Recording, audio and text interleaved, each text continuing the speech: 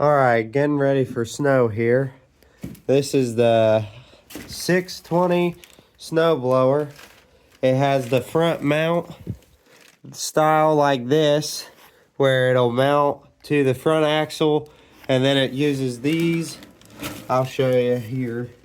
It uses this plate that goes across the front of what looks like the weight bracket on the frame.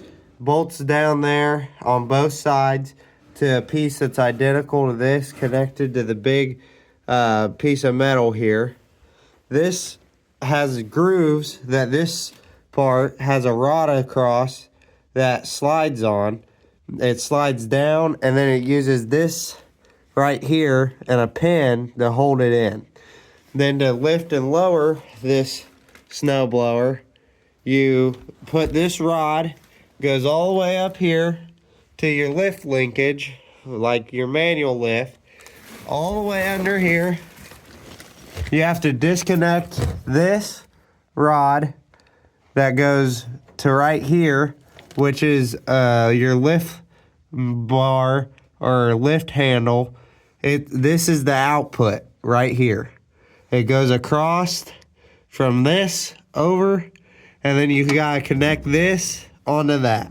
Mine's a little weird because I didn't have everything for the snowblower, but that's how that connects. So basically, this goes to here, that goes to there. This bar pushes on this to raise it.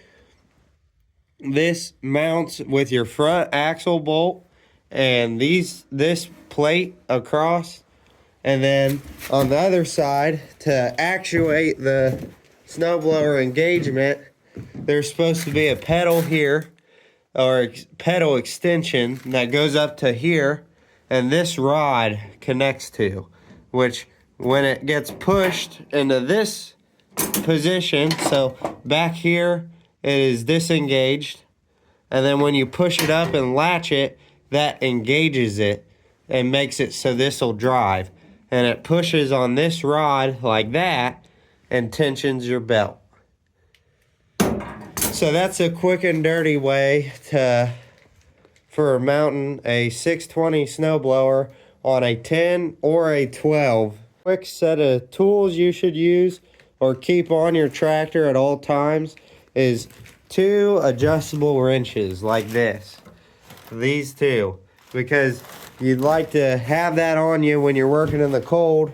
In case something were to come loose, you need to have those, because I guarantee you, once you get your tractor out using it, everything's vibrating.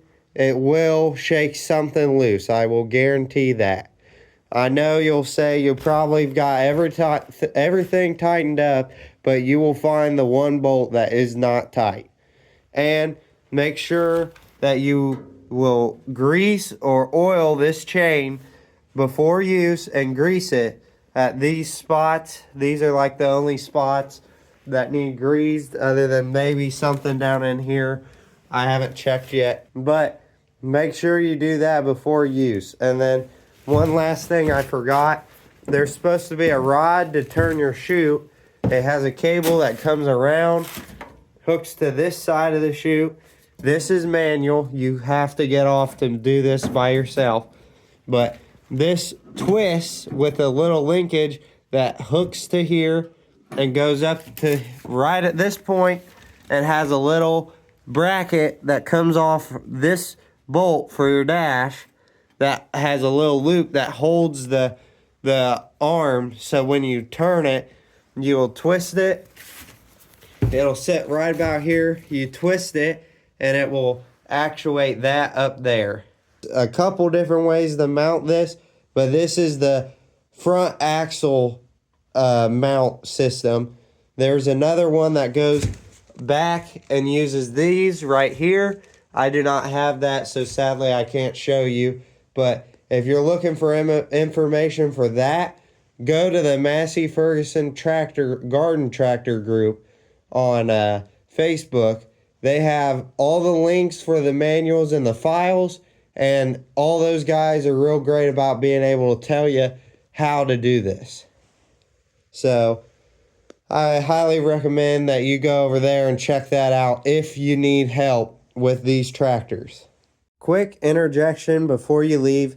I will recommend as well, these tractors aren't the easiest to start, so you'll want to bring your battery inside for the night if you are using them for the next day when it snows out, or have a good jump pack to start these, because they will normally crank hard when it's cold out and not want to start and use most of the choke. So you will need to bring your battery inside and get like a maintainer or float charger like this, and make sure your battery's in good shape. It's not all conked out. Otherwise, you will have to have the jump pack or jump it. And normally, if you just jump it, it doesn't really take off either. So make sure you have a good battery, or you take your battery that's good inside for the winter and then charge it with a float maintainer or something like that. And so that way when you're out here working on stuff or going to go plow your driveway or whatever, that you have a good battery and you're not fighting that in the cold.